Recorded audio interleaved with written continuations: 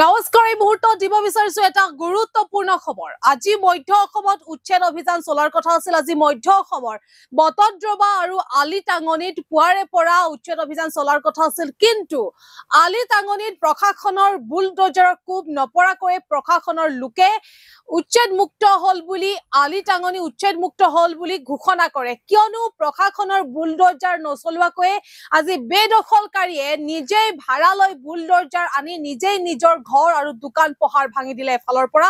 গতিকে 400 আজি উচ্ছেদ অভিযানৰ বাবে 400 আৰক্ষীৰ আচলতে জোৱান নিযুক্তি কৰা হৈছিল আজি সেই উচ্ছেদৰ বাবে, আলিটাঙনিত উচ্ছেদৰ বাবে। কিন্তু সেই 400 আৰক্ষীয়ে তেওঁলোকৰ কাম নকৰাকৈ প্ৰশাসনৰ বুলডোজাৰ নলগোৱাকৈ উভতি আহিব লগা হৈছে, কিয়নো বেদখলকাৰীয়ে নিজেই নিজৰ ঘৰ ভাঙিলে আৰু প্ৰশাসনে তাৰ পাছতেই আলিটাঙনি বেদখল মুক্ত হল বুলি ঘোষণা কৰে। খবৰ সন্দৰ্ভত সবিস্তাৰে লৈ আহিছো।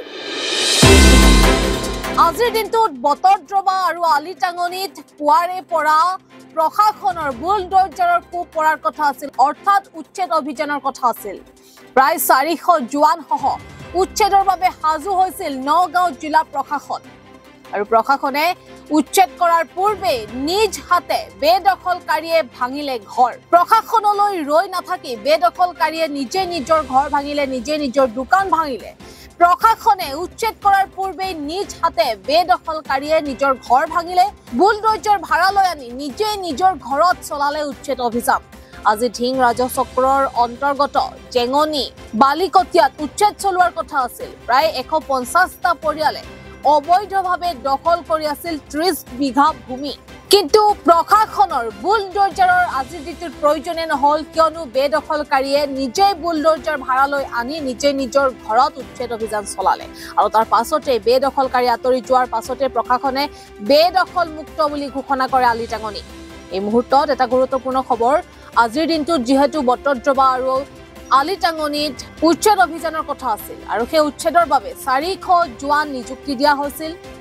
প্ৰশাসনে উচ্ছেদ কৰাৰ কথা আছিল, কিন্তু প্ৰশাসনে উচ্ছেদ কৰিবলৈ নাপালে নিজেই বেদখলকাৰীয়ে নিজৰ ঘৰ ভাঙিলে। প্ৰশাসনলৈ ৰৈ নাথাকিল বেদখলকাৰী আৰু বুলডোজাৰ ভাড়ালৈ আনি নিজেই নিজৰ ঘৰত বেদখলকাৰীয়ে চলালে উচ্ছেদ। আজি ঢিং ৰাজচক্ৰৰ অন্তৰ্গত জেঙনি আৰু বালিকটীয়াত উচ্ছেদ চলোৱাৰ কথা আছিল। প্ৰায় 150টা পৰিয়ালে অবৈধভাৱে দখল কৰিছিল 30 বিঘা ভূমি আৰু তাতে আজি প্ৰশাসনৰ উচ্ছেদ অভিযান চলোৱাৰ কথা আছিল, কিন্তু প্ৰশাসনলৈ আজি ৰৈ নাথাকিলে বেদখলকাৰীয়ে নিজেই নিজৰ ঘৰ ভাঙিলে আৰু তাৰ পাছতে বেদখলকাৰী আঁতৰি যোৱাৰ পাছতে প্ৰশাসনে বেদখল মুক্ত বুলি ঘোষণা কৰে।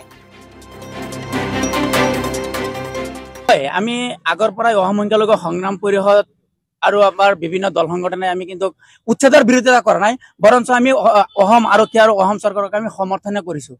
কাৰণ চৰকাৰী মাটিত থাকিবলৈ আমিও নিবিচাৰো যে চৰকাৰী মাটিত থাকিব নালাগে। আমিও মানুহৰ লগত আগৰ পৰাই আমি যোগাযোগ কৰিছিলো, বুজনি দিছিলো যে চৰকাৰী মাটি নিজে নিজে আঁতৰি যাব লাগে। আৰু ঠিক মুহূৰ্তত আমাৰ নগাঁও জিলা আয়ুক্ত মহোদয়ে কেইদিনমান আগত ইয়াত নোটিছ জাৰি কৰিছিলে আৰু আয়ুক্ত মহোদয়ে আহি পেলাই নিজৰ ইয়াত সাক্ষাৎ কৰি মানুহৰ লগত